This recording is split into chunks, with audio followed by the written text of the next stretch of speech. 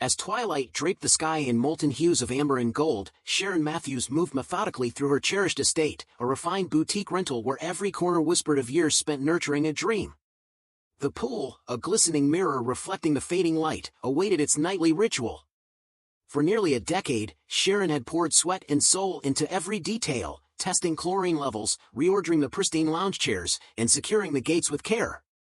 This wasn't merely a business, it was a testament to countless hurdles surmounted, from the grueling quest for a bank loan to the relentless struggle for permits, and even the solitary nights spent mending every crack and leak when no help could be afforded. With each deliberate gesture, the pool seemed to glow a little brighter, a silent ode to sacrifices made and victories earned. Just as the last vestiges of sunlight melted into the horizon, a voice shattered the evening's calm, a tone crisp with accusation and barely contained indignation. A woman in her mid-50s, with eyes narrowed like storm clouds and arms crossed in challenge, emerged from the shadows at the property's edge.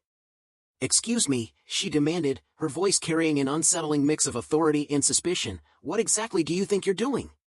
Sharon paused, the quiet confidence in her eyes betraying neither annoyance nor haste. "I'm closing up the pool for the night," she replied, her tone even and deliberate, as if this were a routine exchange rather than an unforeseen confrontation. The stranger stepped closer, her gaze scrutinizing Sharon as if trying to solve an inexplicable puzzle. "You work here, don't you?" she pressed, each word dripping with a presumption that startled even the cool night air. Sharon's heart skipped only a fraction, a beat well earned in moments of unwarranted challenge. "No," she said calmly, a quiet assertion of fact. "I own this property." The woman's eyes widened briefly, as if the word own had been unexpected, before she scoffed, a bitter laugh lacing her tone. "Oh, really? That's interesting, because I happen to know the owner." A brief silence followed, punctuated by the distant rustle of leaves and the soft lapping of water against the pool's edge. Sharon tilted her head, her gaze steady. "Do you?" she inquired, each syllable measured and soft as the twilight. "This is a high-end rental," the stranger insisted, her tone dismissive. "I don't imagine the owner would leave someone like you locking up the gates." In that moment, Sharon's face remained composed, yet the memory of hard-fought battles for every inch of her success stirred within her. "My name is Sharon Matthews," she stated, the cool clarity of her voice a gentle rebuke. "I purchased this estate back in 2014. Before Sharon could add another word, the stranger's hand darted toward her purse, as if summoning a lifeline. "You need to leave," she declared, eyes narrowing dangerously. "I'm calling the police." A wry, humorless chuckle escaped Sharon. "You're calling the police on me, on my own property?" she observed, her voice laced with incredulity. "If you truly believe I'm trespassing, then why not let the officers decide for themselves?" In a heartbeat, the neighbor's demeanor shifted to one of urgent indignation. She fumbled with her phone, pressing the call button as though launching a rescue mission against an imagined crime. "Lakeview Estate, we have a situation," she announced into the receiver, her free hand flailing as if outlining a scene from a live drama. "There's someone here trespassing, locking up the pool like she owns the place. I don't know her name, but she won't budge." Her voice trembled between authority and panic, every syllable painting a picture of imminent wrongdoing. Sharon folded her arms, watching the unfolding scene with a mixture of bemusement and resignation. Guests lounged on nearby patios, wine glasses in hand, their conversations momentarily hushed by the rising commotion. A couple near the pool craned their necks, smartphones ready, capturing every moment like silent witnesses to an unfolding spectacle. "Stay where you are," the neighbor commanded, her voice a mix of resolve and trembling certainty. "When the police get here, you're going to have a lot of explaining to do." Almost as if on cue, the wail of sirens sliced through the evening air, a piercing, rhythmic summons that heralded the arrival of law enforcement. Two patrol cars, their blue and red lights dancing across the manicured lawns, pulled up near the grand entrance. Sharon's posture remained unyielding as she continued her task, while the stranger, still unnamed and clearly rattled, strode purposefully toward a modest office building on the grounds as if summoning reinforcements. From the patrol car, a tall officer with keen, piercing eyes and a demeanor that brooked no nonsense stepped out, followed by his sturdier, more compact partner. They exchanged quick, assessing glances before approaching the pair. "Good evening, ma'am," the taller officer began, his tone calm but firm. "Do you reside here?" Sharon's reply was measured. "I own the property." The officer's gaze shifted briefly between Sharon and the woman, his expression unreadable as he sought confirmation. "Do you have any form of identification or proof of ownership?" he inquired. With an unhurried grace, Sharon reached into her pocket and withdrew her wallet, presenting her driver's license with a steady hand. "I also have the property documents inside," she added, offering to fetch them if necessary. The officer scrutinized the ID before turning his attention to the neighbor. "Ma'am, what is your connection to this estate?" Her confident facade faltered for a moment. "I live nearby. I've seen the owner before." "I know this isn't her," she stammered, her earlier certainty now replaced by uncertainty. The officer's brow furrowed slightly as he addressed Sharon once more. "Miss Matthews, could you clarify what occurred tonight?" Sharon gestured toward the woman, her calm voice resonating in the cooling air. "I was simply locking up the pool as I do every evening, and when she, without hesitation, assumed I didn't belong, she immediately called the police." The officer's gaze shifted back to the neighbor, his expression softening into one of measured inquiry. "And did you verify whether she was indeed trespassing before making that call?" The woman's eyes darted, her earlier bravado now deflating into nervous hesitation. I assumed," she finally admitted, voice barely above a whisper. A heavy silence settled between them, punctuated only by the soft hum of distant traffic and the murmurs of onlooking guests. Sharon's eyes held a spark of both disappointment and incredulity. "You assumed," she echoed, her tone laced with a mix of gentle irony and firm reproach. "Without a single question or attempt at confirmation, you saw me, a black woman closing a pool, and decided I must not belong here." The neighbor's face flushed with a deep crimson, her earlier certainty evaporating under the weight of undeniable truth. The taller officer crossed his arms, his voice steady as he addressed the woman. "Ma'am, by calling us on a false assumption, you've not only inconvenienced everyone here but potentially set yourself up for a false report. It's not our job to investigate trespassing when there's no trespass."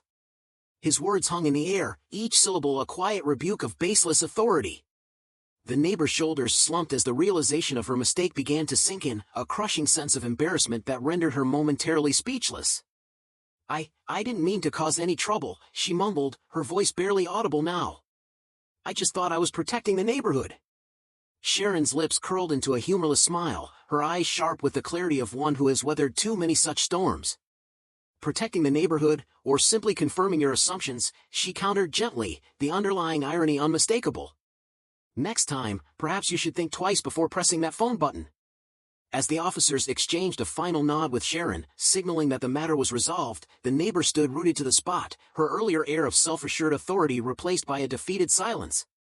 The flashing lights receded into the distance as the patrol cars pulled away, leaving behind only murmurs from the gathered guests and a lingering tension that clung to the cooling air.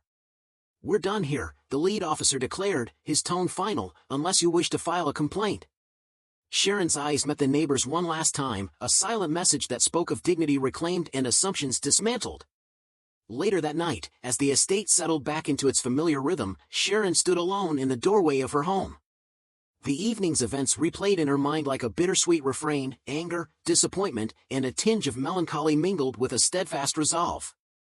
Inside, the gentle hum of the cooling air and the distant laughter of late guests served as a reminder that this place was built on more than just bricks and water, it was built on resilience.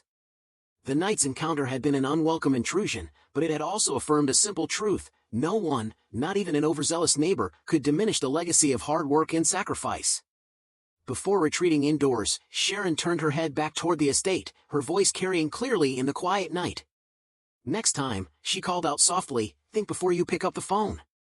The words hung in the air, a final note in a complex symphony of regret and resolution, and then she closed the door behind her with a deliberate click that echoed like a promise. The following morning, gentle light filtered through sheer curtains as Sharon awoke with a clear mind. The events of the previous night had not vanished, but they no longer wielded the power to unsettle her.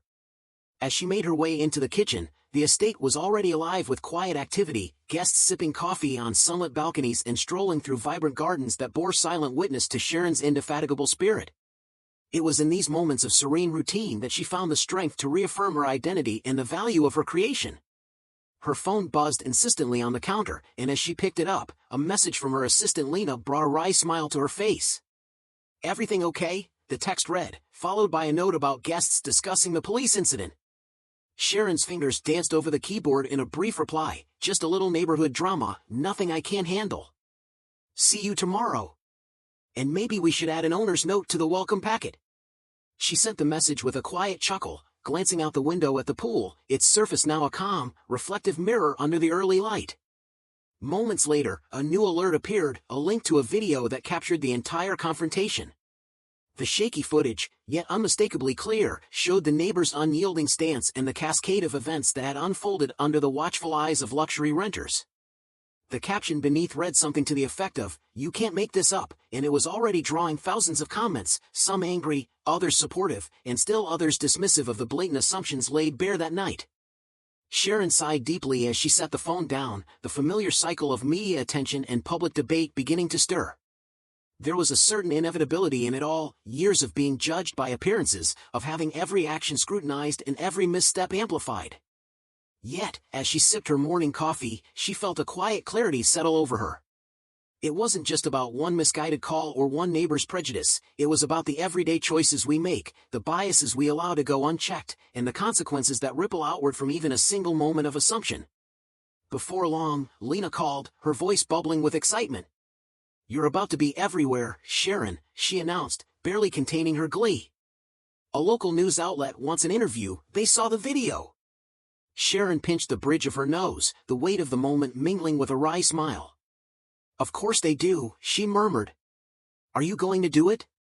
Lena's silence was brief before she replied softly, "I know you don't need to, but this is your story. Let them see your truth." For a long moment, Sharon gazed out the window at the gently rippling water, the estate alive with whispers of possibility and the promise of a new day. Her thoughts turned inward as she recalled every detail of the previous night, the shock of baseless accusations, the irony of calling the police on one's own property, and the painful reminder that even in a place built with such care, assumptions still lurked in the shadows. "If you've ever been judged without a chance to speak," she mused quietly, "you know how it feels when someone decides your worth based solely on how you look." Her reflection was not only a lament but a call to introspection, a challenge to all who watched, to question their own biases and to pause before drawing hasty conclusions. In that quiet moment, as the estate awoke to the promise of a fresh start, Sharon resolved to carry on with grace and determination. The sting of last night's encounter would not mar the beauty of her creation, nor would it diminish the legacy of sweat, sacrifice, and unwavering resolve that had made this oasis a haven for those who appreciated its elegance and tranquility. Later that day, as guests mingled and conversations danced lightly around the incident, Sharon's thoughts lingered on the subtle power of perception. "This isn't just my story," she reflected, "it's the story of so many who've been underestimated, who've had their voices dismissed before they could even speak." Her eyes shone with a quiet fire as she decided that every whispered assumption, every rash judgment, was an opportunity, a chance to inspire change, to spark dialogue, and ultimately, to remind everyone that no one deserves to be defined by someone else's limited view. And so, as the sun climbed higher and the estate buzzed with renewed energy, Sharon Matthews embraced the day with unyielding resolve. The echoes of the previous night's drama would fade, replaced by the enduring legacy of hard work and the quiet rebellion of a woman who refused to be diminished by narrow-mindedness. In every ripple on the pool, every ray of morning light, lay the promise of a future where assumptions are challenged and where every person is given the space to simply be themselves. If you've ever felt the sting of a snap judgment or found yourself battling against preconceived notions, remember Sharon's tale, a story not of conflict, but of resilience, a story that urges us all to think before we act. And as you walk your own path, may this narrative inspire you to question, to reflect, and perhaps, to change the course of your own assumptions. So next time you see someone quietly tending to what they love, whether it's a pool, a business, or a dream, pause for a moment. Look beyond the surface. Ask questions. And above all, never assume that you know the full story without hearing every word. Because in these shared moments of truth, we find the strength to create spaces where everyone truly belongs. If this story resonated with you, consider sharing it. Like it. And subscribe, because conversations like these matter, and every dialogue is a step toward a more understanding world.